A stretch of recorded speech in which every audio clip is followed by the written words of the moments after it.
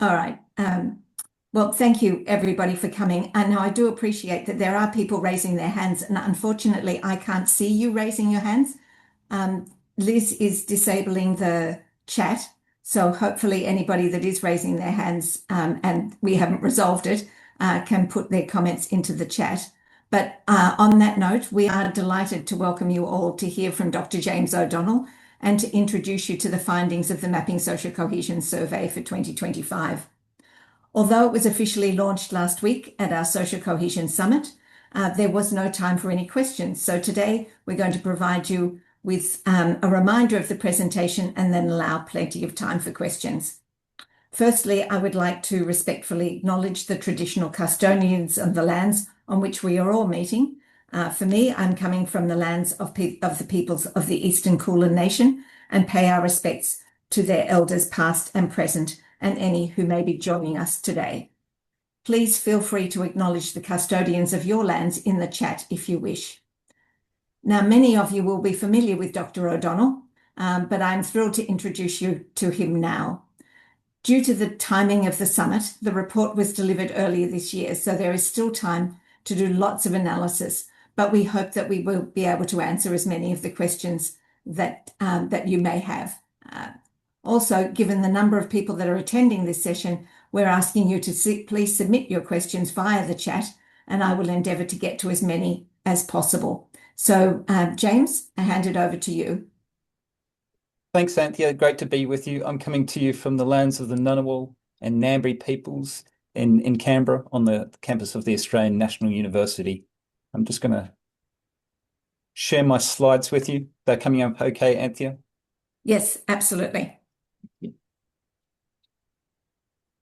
So let's get right into it. So 2025 has been another challenging year for Australia and the world.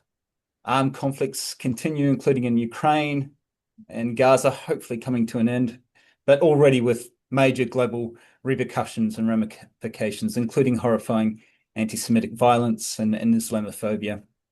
The current wave of anti-immigrant sentiment and action that's been taking place in the United States and Europe in particular arrived in Australia in September through the March for Australia rallies, and all while we're struggling through financial and cost of living pressures, divided and polarised electorates, and in Australia's case, our relationship to First Nations Australians, alongside, of course, a host of other local, national and global issues.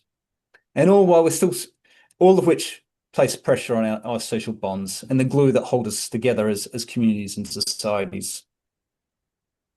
So it is in this crucial context that we've launched Mapping Social Cohesion 2025. This year's study involved a national survey of more than 8,000 Australians. These are largely administered to the Life in Australia's the Social Research Centre's Life in Australia panel. We had another 245 people receive a shorter survey, and we were targeting here specific people in specific migrant groups, and we allowed people to complete the survey in one of 4 different languages, including English. Almost everyone who completes the survey these days does so online, which marks a big change from surveys conducted prior to 2018, when surveys were purely conducted by phone. As you'll see, the shift to a mostly online survey impacted many of our results, but in ways that we can measure and adjust for. As every year, social cohesion is measured across 5 key domains, including the sense of belonging, so the sense of pride and belonging in Australia and the Australian way of life, a sense of worth relating to a sense of emotional and personal well-being and material and financial well-being as well. Social inclusion and justice, referring to the sense of fairness in society and trust in government. Participation, relating to engagement in social and community and civic activities and political activities. And acceptance and rejection, the acceptance and support for differences in diversity and the experience of discrimination. Responses to questions in each of these domains are combined to form the Scanlon Index of Social Cohesion. We have a core set of questions that have been asked in every survey since 2007 that are used to then come up with this index of social cohesion. The index suggests that social cohesion increased during the COVID-19 pandemic, spurred by positive responses to government and community efforts to protect their health and financial well-being, but then social cohesion index declined to 2023. Since 2023, though, the index has been remarkably stable, even through the current national and global turmoil. But even after adjusting for the effects of the transition to the mostly online Life in Australia survey, social cohesion remains below levels recorded during the 2010s. Now, we can never truly boil social cohesion down to a single number. It's much more complex than that. All the same, the index does reflect stability on many of our individual indicators and domains of social cohesion, but both in ways that reflect resilience and strength in our social fabric, as well as areas of vulnerability and weakness. In the areas of weakness, our sense of belonging has been stable since 2022, but continues to be at relatively low levels. In this year's report, we show how declining belonging has been driven by young and middle-aged adults, particularly the Australian-born.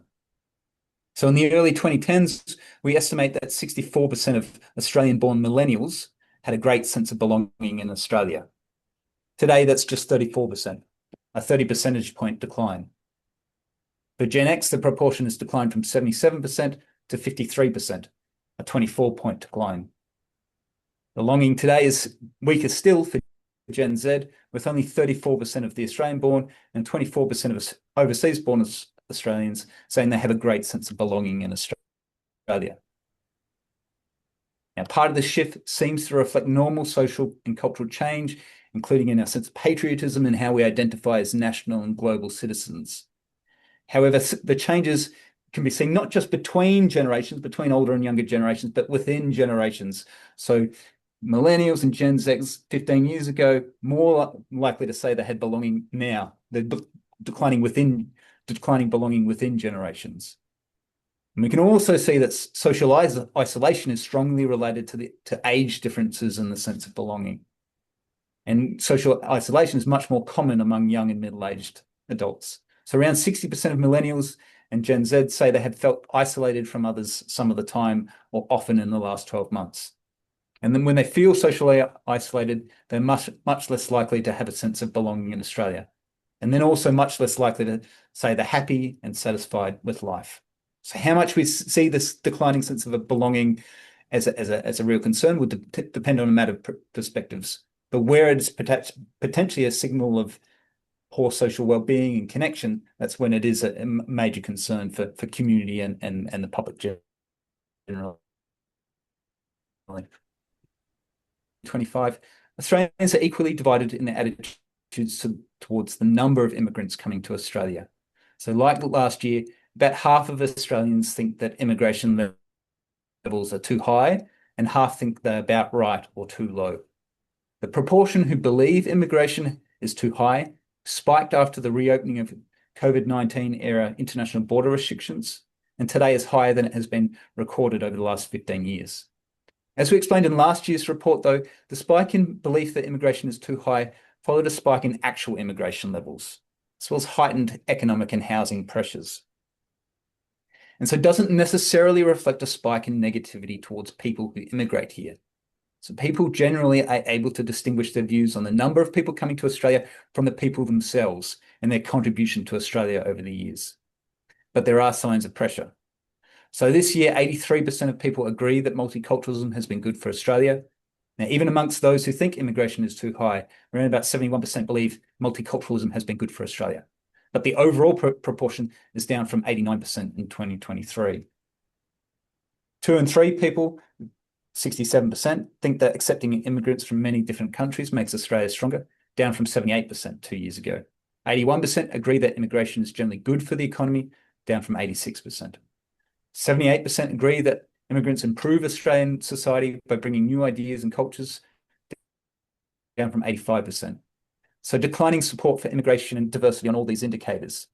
But they're still coming off high levels, and they remain at high levels, which points to the likelihood that the support in diversity and multiculturalism that has built up over years and decades is helping to protect Australia from deeper divisions over migration. But at the same time, we are seeing some pressures, and the support can't be taken for granted either. This fragility is really brought home when we see that sizable minorities of people openly express negative attitudes towards people of different migrant and migrant groups and faiths, even where they are otherwise supportive of multiculturalism and diversity, and in ways that frankly appear to be a bit racially motivated. So when the survey asks all respondents whether they have a positive, negative, or neutral attitude towards immigrants from a select few countries, only 3 to 4% of people say that they have a negative attitude towards those from the likes of the United Kingdom, Italy, and Germany. Whereas 27 to 43% of people say they have a negative attitude towards those from China, India, Lebanon, Iraq, and Sudan. 35% say they have a negative attitude towards Muslims. And this increased from 27% in July 2023, immediately before the current conflict in Gaza, while 15% have a negative attitude towards Jewish people, up from 9% in 2023. Now, this doesn't capture actual instances of anti-Semitism or Islamophobia. We're not really able to do that in this survey. Not really able to capture necessarily the difficult experiences felt by affected communities. This just reflects a general sentiment felt within wider Australian society. With that in mind, it's worth noting too that negative attitudes towards people of Hindu and Sikh faith have also increased since 2023, while negative attitudes towards Christians have also become more common over a longer period. The expression of prejudice and discriminatory attitudes is then reflected in the experience of discrimination, mistreatment, and racism. In 2025, we estimate that 40% of people born in Asia and African countries experienced discrimination in the last 12 months on the basis of their skin color, ethnic origin, or religion, compared with 13% of the Australian-born. And when the survey asked about particular types of mistreatment for any reason, we find that Asian and African immigrants are significantly more likely to say they were made to feel different, or as if they did not belong, so 45%, and they were more likely to say that they were mistreated in the workplace or not offered a job, so 27%. And these were much more common than among the Australian-born population or other immigrant groups. Now, 2 in 3 people, 67%, believe that racism is a fairly or very big problem in Australia, a proportion that has increased in recent years, and which strikingly is at least as high for the Australian-born population as it is for overseas-born Australians. So reflecting a widespread and widely held view across society, across lots of groups in society, that addressing racism in Australia is still a major outstanding issue. On trust in government and the political system, another polarising issue around the world, our indicators suggest a certain stability over recent years, where, for example, in 2025, 37% say the federal government can be trusted to do the right thing by the Australian people almost always or most of the time. This was down from COVID-era levels of 44% in 2021, but it's been stable, if not increasing, over the last 2 years. 59% believe the system of government in Australia works fine as it is or needs minor change at most, very similar to levels since 2021.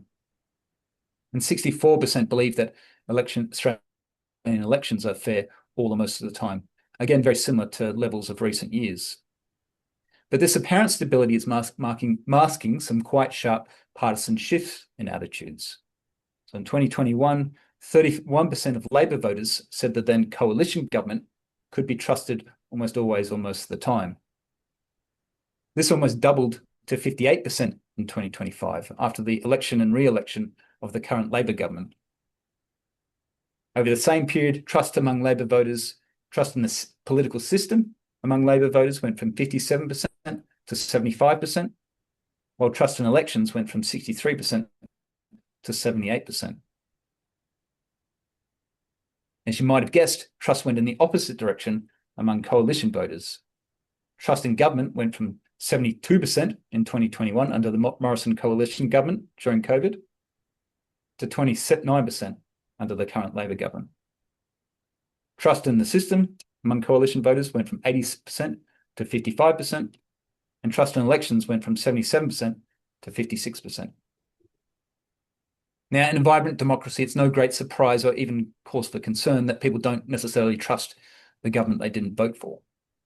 But as we've seen in other parts of the world, the greater concern is where that partisanship infects not just our views on the government of the day, but also the perceived credibility and integrity of elections and the wider democratic system.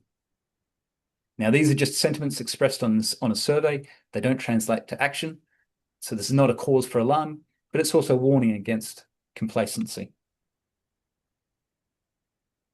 On the cost of living, we're yet to see much relief from the financial pressures of the last few years.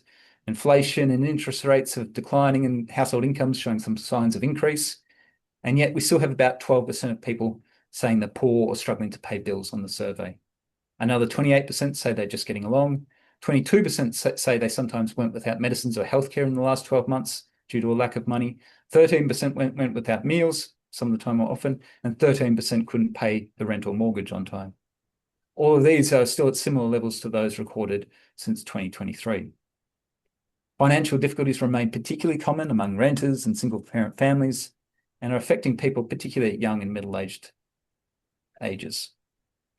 Now, financial stress is one of the strongest predictors of an individual's perceived cohesion, with those feeling the pressure less likely to trust others or government, less likely to have a sense of belonging, and less likely to be actively involved in communities, and less likely to feel a sense of social justice in Australia.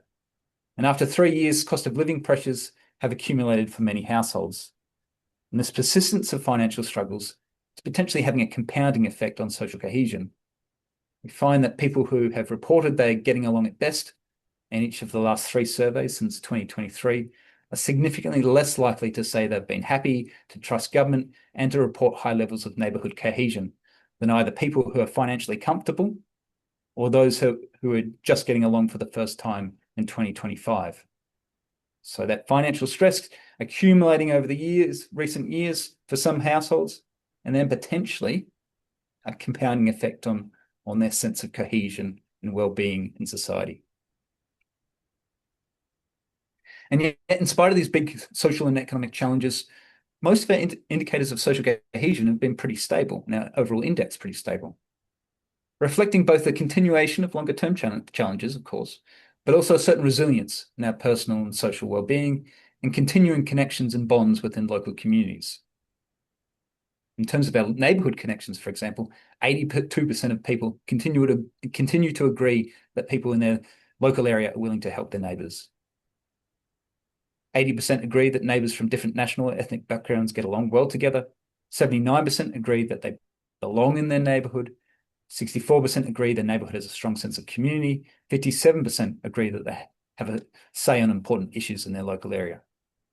While some of these indicators have declined from peaks of recent years, they're generally all in line with our longer-term averages.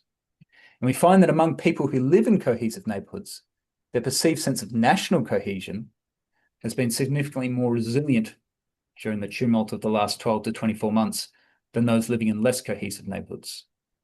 So, for example, compared with those in less cohesive neighbourhoods, people in cohesive neighbourhoods are 19% more likely to maintain a great sense of belonging in Australia between 2024 and 2025, and 20% more likely to maintain the belief that, generally speaking, most people can be trusted. If they didn't have a great sense of belonging or trust last year, they are much more likely to acquire one this year if they lived in a cohesive neighbourhood. So in this way, local connections and bonds potentially help to shelter us from current challenges and protect social cohesion from the ground up. Amidst the chaos, the trauma, the violence around us, life in many ways must go on. And our social connections and networks help us to do so. Clearly, though, we face some big challenges and important sources of division. Racism and the difficult experiences of migrant cultural and religious communities, compounded by polarisation, persistent financial pressures, and a weakening sense of belonging, all weighing heavily on social cohesion. But we have some sources of strength, local and national, including the sort of neighbourhood connections and that support for diversity that's built up over many years. And this can potentially help us ward off deeper division. But we can see from the survey that these sources of strength are under pressure too. But investing and reinvigorating them, I think we can strive for a diverse and vibrant yet cohesive society for Australia in the decades to come. Thank you. That's all from me. Just want to pay a very big thank you to my co-authors, Alice and Kat from the Pop Lab, the Scanlon Foundation and the Scanlon Foundation Research Institute, the Brains Trust who provide expert advice, the Social Research Centre, and Polaron Connect for their work in administering the survey. And finally, thanks to all of you for listening, and I'm really looking forward to some of the questions and discussion. Thank you. Thank you very much, James. That's absolutely terrific. And there has been questions coming in. So I'm going to start with some of those, which is essentially what I mentioned at the beginning was really that there is still a fair amount of data to be gone through. As you can imagine, with 8,000 respondents, there's a lot of data there. But eventually, so people have asked whether or not we can break down people's attitudes to different faith or minority groups by age and other factors like gender and the like. So, James, is that something on the cards? So that was the breakdown of People's attitudes towards different people of different faiths or countries of origin. yes, and I think that might form a part of a reasonably major report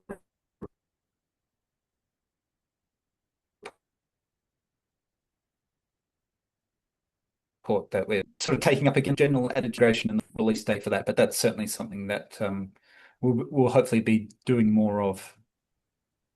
Oh, great. Thank you, James. There is also a question which relates, so many people will know about our social cohesion compass. So they were asking questions about whether or not we can break down more specific attitudes, for instance, to the same sort of attitudes to people of different faiths or different countries of origin by LGA or by state. And I think there was also a recent question about whether or not that could be done at the neighbourhood level.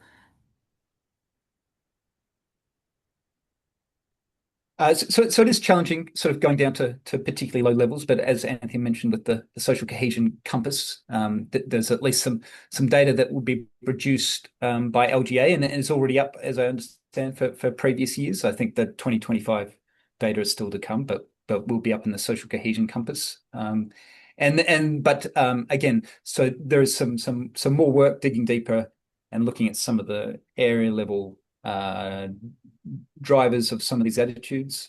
It's difficult, we have a big sample, more than 8,000 people, but the extent to which we can really drill down it is constrained by the fact that 8,000 people is still a decent number, but if you're doing that by 8,000 by neighborhood, or quite small geographies, it starts to break down. So we have to sort of develop some pretty nifty and innovative techniques to at least give us a sense of what it might look like at local levels.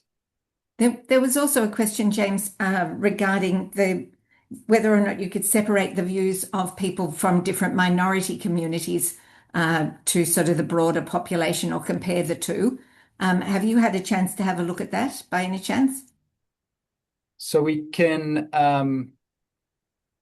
So you would have seen in there that we did some breakdowns of experience of discrimination for different sort of migrant groups, and in the end, I wasn't able to go as finely detailed as I would have liked. So I had to group all people coming from Asian and African countries. By no means suggesting that they're all the same by any means. But that does kind of speak to the challenges. So try to do at least some of that sort of analysis.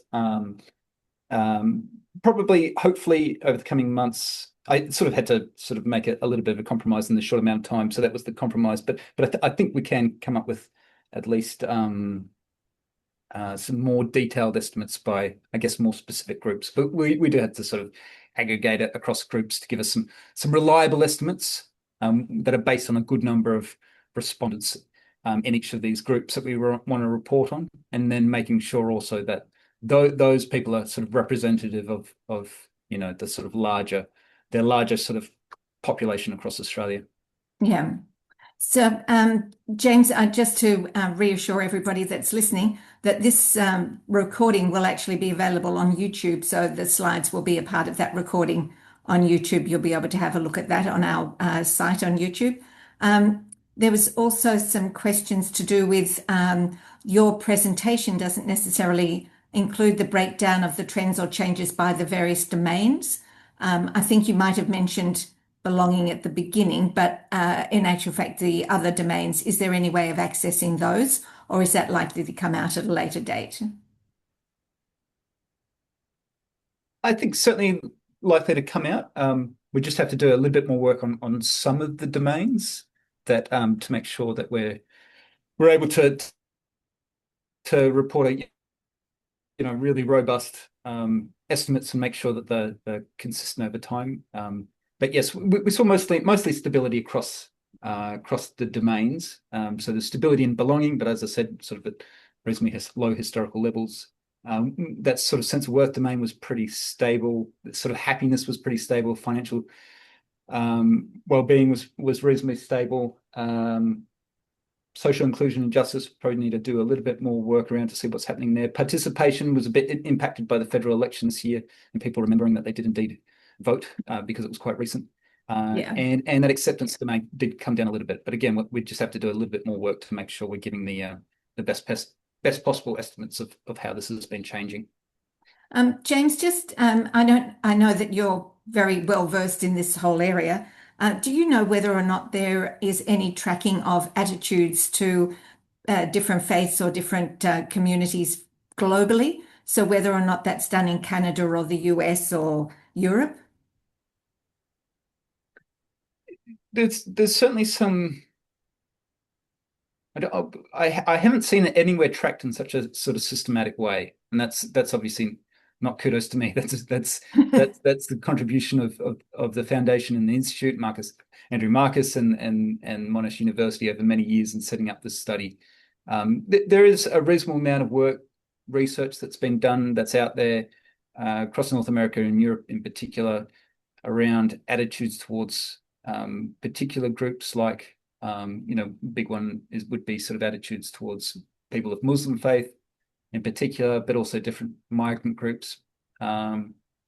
It's difficult to sort of come up with something sort of that would be comparable to our sort of results and not quite sort of systematic. So I'm not sure off the top of my head. Whether you could directly compare the two. Yeah, anyway, yeah, even if we found it. Mm. There is a question about the role, what's the role of social capital in relation to social cohesion? So they're often, social capital and social cohesion are often used quite kind of interchangeably.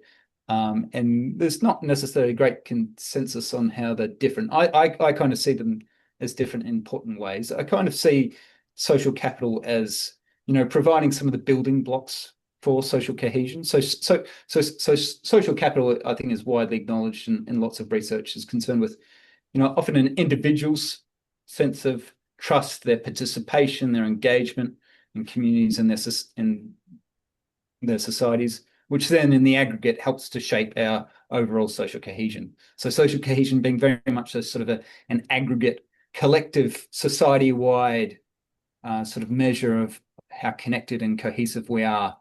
It's sort of almost like I sort of liken it to, sort of economic capital being the sort of the resources and tools and finances that make up the strength and vibrance of an economy. In some ways, I like to think of social capital as, the resources and assets that help to make up our overall social cohesion. Yeah, thanks, James. There is a question, and in actual fact, we get asked it quite often about the impact of social media and the online experience in regard to its impact on social cohesion. And this one, Rebecca is actually asking to reflect particularly on the lower sense of belonging for younger people. Do you see that those two being interconnected? Yes, potentially. So we do ask about how much people use social media in the survey. And so we used this quite a bit in last year's report to explore some of the differences in how people respond to other measures of the survey.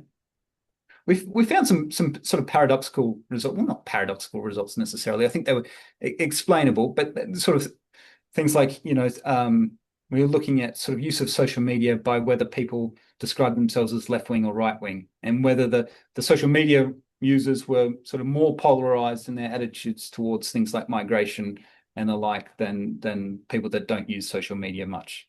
But we didn't necessarily find that was the case. No. It's not because of social media, and people that certainly don't trust social media companies. Like one of the least trusted organizations that we asked about in the survey. And it probably more related to some of the characteristics of social media, both those that we can measure and those that we can't. So, things like sort of age and socioeconomic background, but then that we can measure, but also things like, how sort of connected they are with family and friends around the world, which is a bit more difficult to measure. That perhaps explains that. So in that sense of belonging, I think it's we do see that social media users have a lower sense of belonging, but that's partly related to age, which we can measure, but then also feeds into sort of the global outlook and that sort of connection people have with people around the world. So it also, we don't measure it explicitly, but perhaps also feeds into how people see themselves as national and global citizens as well. But also quite aware of sort of issues of social justice that we can also see impact on people's sense of national belonging, at least. Yeah. So James, Liz has asked if you take those people that feel connected to their neighbourhoods and those that don't feel connected in their neighbourhoods, comparing those two groups, are there any other sort of elements related to those two groups? Anything else that sort of correlates specifically with being connected or not connected? Yes, so this is well, I guess this is an ongoing piece of research. So sort of, and around the world, I mean, I guess the strongest predictor of whether you feel connected with your neighborhood and whether you feel a sense of cohesion in your neighborhood has been around socioeconomic conditions, and so how well off you are personally, and also sort of how prosperous the neighborhood is. We do see that in Australia, that sort of socioeconomic gradient, which is perhaps a little cause for concern, perhaps less so than some other countries. Another major sort of area of research, of course, has been whether immigration and diversity relates to sort of neighborhood cohesion. Around the world, the associations, sort of diversity is associated with a weaker sense of belonging and connection within neighborhoods. We don't necessarily find that's particularly true in Australia. It speaks nicely towards our sort of multicultural diversity. But we can see that, even in sort of migrant-rich communities, especially if there is some amount of socioeconomic disadvantage, they do have quite sort of can have quite high levels of population change and turnover. So lots of young people, lots of renters, and in those sorts of communities, it can be difficult to form those bonds and connections with your neighborhoods. And so you can imagine that in neighborhoods where there's been a lot of stability over time, and you've known your neighbor for 20 or 30 years, that gives you a really good foundation to have a strong bond, or at least either like or dislike your neighbor. Yeah. But that sort of turnover and change makes it a bit more challenging in some other communities. So, James, there's been a question about whether or not, for instance, the Gaza conflict, can you see specifically that particular issue or other social issues of that sort of caliber have an impact? Can they be quantified in any way? So I think that's sort of interesting when you look at the index overall, but are there specific things where you can see that particular social issue might have had an impact on a particular measure? Yeah. So I'm having a great deal of difficulty at the moment, sort of distinguishing between different national and global events, because so much is happening at once that it's really difficult to know what exactly is causing what and impacting what. So I've sort of resorted to, the global national tumult is impacting on our social cohesion in various ways, and finding it difficult to sort of attribute to any one particular cause. So I guess we don't ask. And key to that, I guess, is that we don't specifically ask about people's attitudes towards Gaza explicitly, but we do know that and we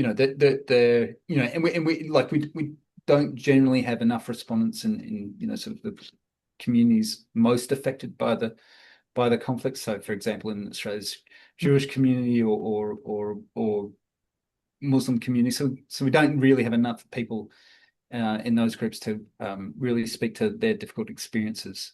We can see that there is this attitudes do follow that sort of polarization of attitudes on lots of different things. Along lines that we'd expect. So sort of younger, more progressive-minded people, their sort of attitudes towards Jewish people did become a little bit more negative over time. It wasn't a huge effect, at least in terms of what they were reporting on the survey.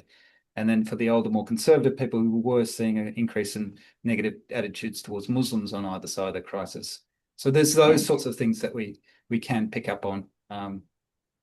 hopefully without pointing the finger or blaming people for any particular view, but sort of pointing out that these sort of challenges do impact on our social cohesion, but part of our strength of social cohesion that we'd hope for is the fact that we can, sort of look at these events and see through our differences and recognize that we are still connected through this global tumult. I mean, that doesn't always play out in society, but especially as you'd read it online and in the media. But I think holds a lot of truth in local communities and neighbourhoods as well. Yeah. There was a question from Jessica about whether or not we saw change in perceptions of whether Australia is a land of opportunity. Is that a question that we asked this year? Yes, it is. It's been in every survey since 2007. I think from memory, I would still doing a bit of work around that because it fits into the social inclusion and justice domain. And so that looked as if so that'd been declining quite a bit over time. So people might recall from previous reports, sort of around 80% of people agreed that Australia is a land of economic opportunity where in the long run, hard work brings a better life. And that sort of has declined by, I think from memory, declined by 20, 25 percentage points over the sort of last 13, 14 years.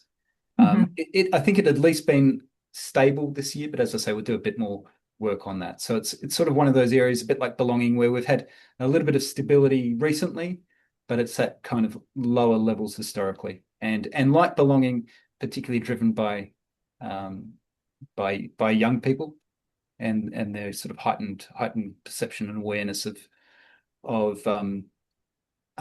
social justice and potentially social injustice.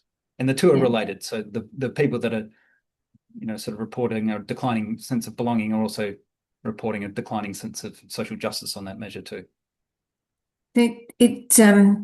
So just to respond to one question, which is we're very happy, the Scanlon Institute is very happy to work with anybody within LGAs on looking more into how the data might be applied in their particular areas.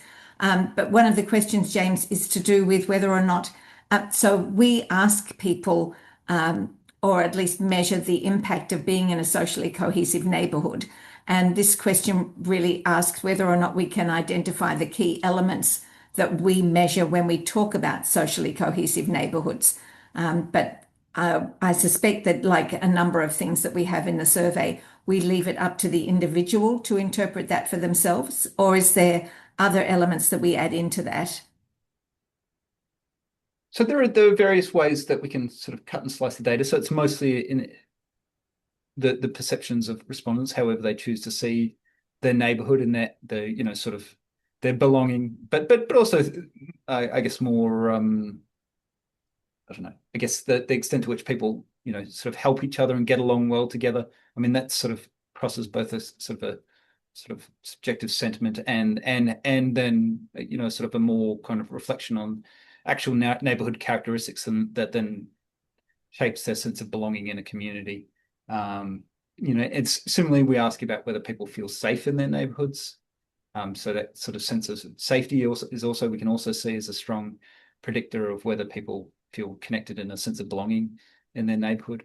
And then we can also look at it indirectly. So we look at those sort of characteristics, I think both from an individual point of view, so an individual's own sense of sort of financial well-being, for example, their own social and demographic characteristics, and the characteristics of the neighborhoods in which they live, related to the socioeconomics of the neighborhood and those sort of demographic characteristics and change that I talked about previously as well. Yeah, James, there's a question that relates to given the amount of support for multiculturalism, doesn't it seem a little contradictory that we have people that have these negative attitudes towards people of different minority communities and faiths, and how do we go about interpreting that sort of coexistence of those two, what might seem to be somewhat opposite types of attitudes? Yes. So yes, exactly. So this is a sort of contradiction of sorts that I sort of grapple with myself, and it is ever present and has been ever present since I became closely involved in the survey, where we and I became involved in 2022 after the retirement of Professor Andrew Marcus. when that support was for, and it still is very strong, but that support for multiculturalism and diversity was a real sort of strength, and as I say, still is. But it was sort of, so it was in many ways, putting aside my academic objective hat on, it was very encouraging and heartening to see that kind of that level of support. But then to look at the figures on discrimination and negative attitudes and say, well, hang on, and it was many of the same people that sort of were saying, sort of diversity has been, and multiculturalism has been really good for Australia, then expressing these sort of negative attitudes. And so I kind of see that sort of support for multiculturalism and diversity sort of as a sort of symbolic level. Mm-hmm. And I think that's been shaped over many years and decades, in that sort of sense that, immigration has been a sort of a powerful force for good for our society, for our culture, for our economy. It then lends itself to people, saying, well, yeah, multiculturalism has been good for Australia. And I do value diversity generally.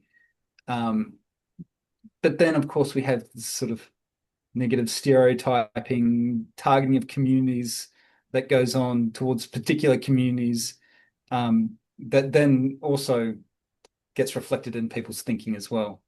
And so that symbolic level, but when asked about particular groups, sort of then relating that to what they hear in the media around, I don't know, don't really want to pick up on any particular issues, but, sort of gang violence or the like. And so, diversity in general has been great, but from what I hear in the media, this particular group. So I think that's something that we should and should be thinking about, how to resolve this contradiction, hopefully in the direction of reducing some of those negative attitudes. And that probably requires a sort of a think about, those sort of prejudices and stereotypes coming both from people and through sources of media and the like. Yeah. Raj has asked whether or not when the cost of living pressures get greater, does that mean social cohesion goes down? I think, well, we've still got a bit more work to do to definitively say that. But the directions are suggesting yes, and it's sort of potentially having this compounding effect, where as financial pressures accumulate, and so here I'm thinking of, in some periods, if you lost a job or you had particular financial hardship, you go through a period of financial stress, but then you might come out of it and be fine.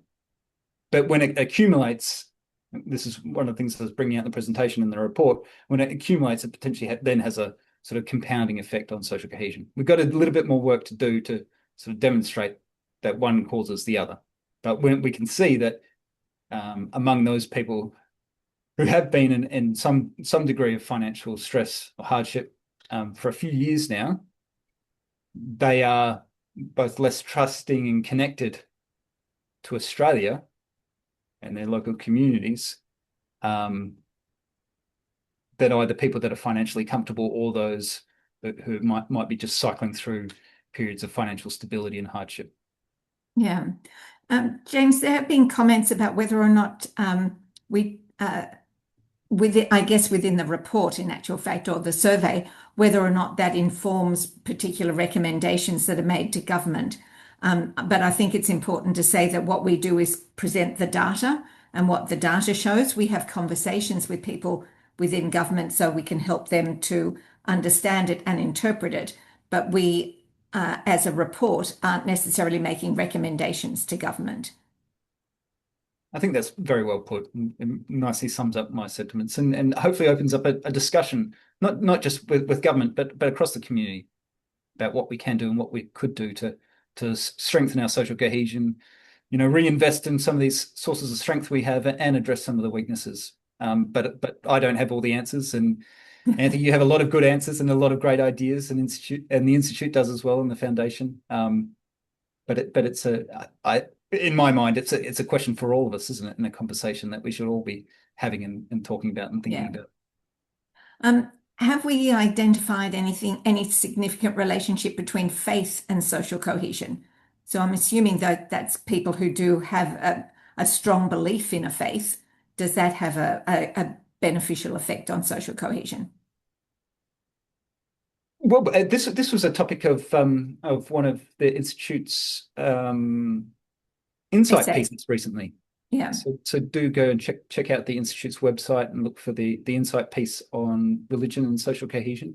I sort of my interpretation of that sort of analysis. I didn't author that one, so I'm not the expert in the area. My interpretation on that was it wasn't necessarily particularly clear. I'd certainly sort of suggested and inferred that you know sort of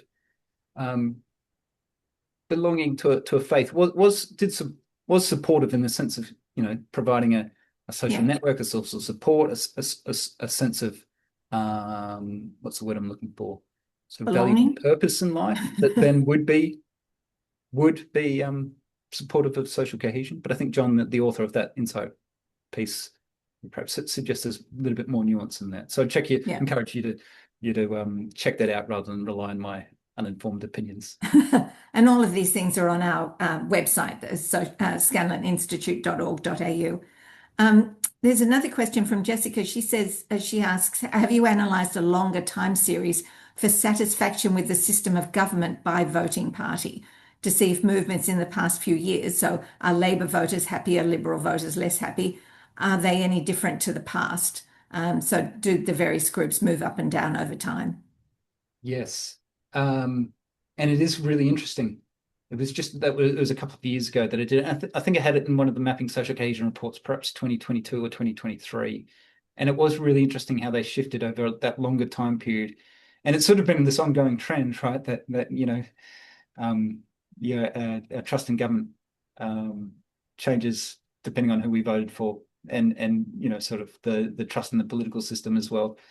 Some of the questions haven't been as in the survey for as long as others. So trust in government has always been in the survey. Some of the other ones about trust in the political system have been not quite as long, but you know, a good sort of 10, 12, 13 years. Mm-hmm. The question about trust in elections was only since 2021, so we can't go back too far with that one.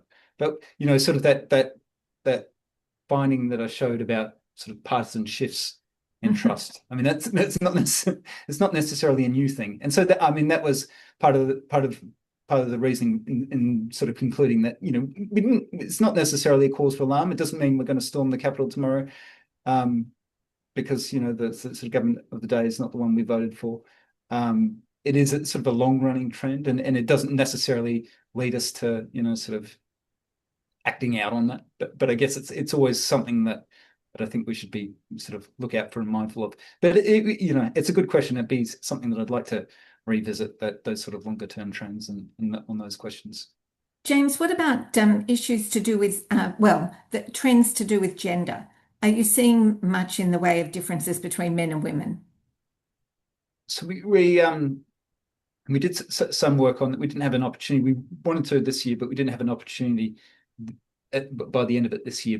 But we did some last year, and you know, one of the big things that we can see is certainly in terms of that sort of perceived safety, where women, for example, were less likely to say they feel safe in their neighborhoods, and then that appears to be then related to things like how much they trust people and how much this, you know, they have a sense of belonging and cohesion in their local areas. So if you know, on the reasoning that if you're not feeling safe in your local communities, then you know, you're not likely to be out in your local community as much.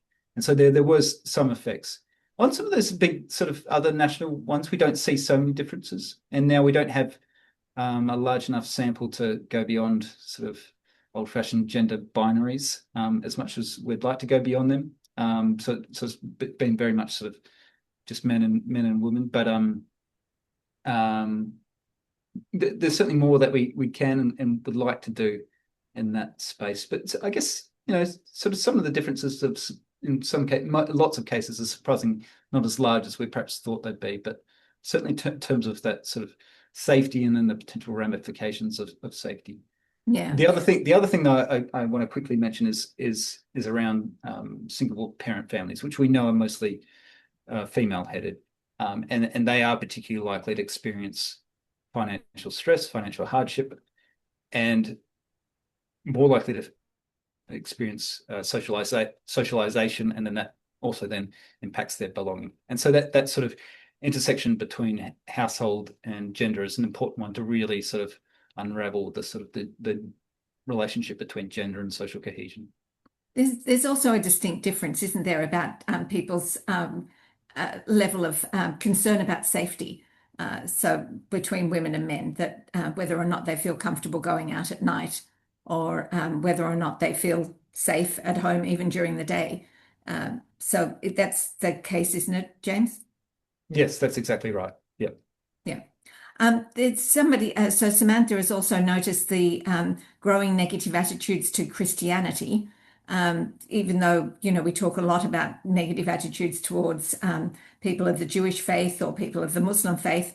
Any thoughts on what you think might be contributing to negative attitudes towards Christianity? And it's probably worth talking about negative attitudes to all formalized religions that we measure.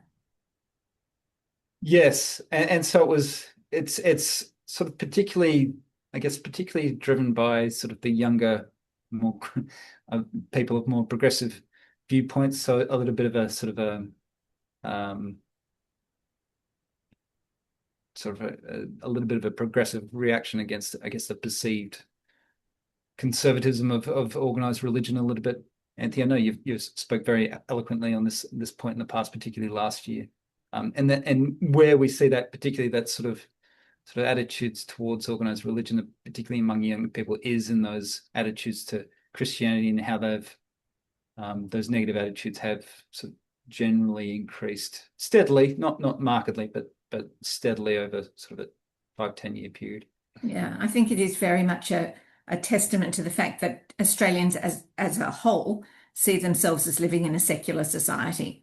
And so those opinions about formalized religion have been going down a little, as religion seems to be becoming a more of a higher level conversation point. People keep pushing back, I think. I do seem to have worked my way through all of the questions. So well done, James, in dealing with all of that. I would like to thank I would like to thank everybody, though, very much for their time and for their questions. Before you leave, I would like to draw your attention, though, to some of our upcoming events. At the end of this month, we'll be releasing our report on refugee experiences, which will also have an accompanying webinar. That report included a survey of over 2,000 people who arrived from humanitarian pathways, as well as a comprehensive program of interviews and focus groups. And then this will be followed in November by the release of the Multiculturalism in Focus report and an associated webinar with that. It has focused on the experience of belonging for people from the 6 fastest growing minority communities in Australia. Both of these reports have been written or have been led by our senior researcher, Trish Prentice. I look forward to seeing everybody at these launches, and in the interim, I hope everybody stays well and enjoy the optimism of the spring. So thank you all very much. And thanks very much, James. Thank you. Thanks, everyone. Thanks. Great to talk.